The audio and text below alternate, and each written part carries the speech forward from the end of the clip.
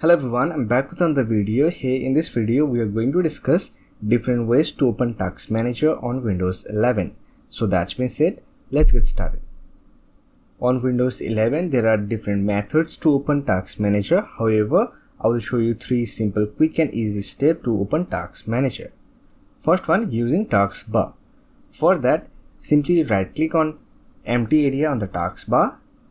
A menu will appear. Simply click on Task Manager and it will open the Task Manager. Second one is using the power menu. For that, you simply need to right click on Start button. A context menu will open. Here look for Task Manager and click on it.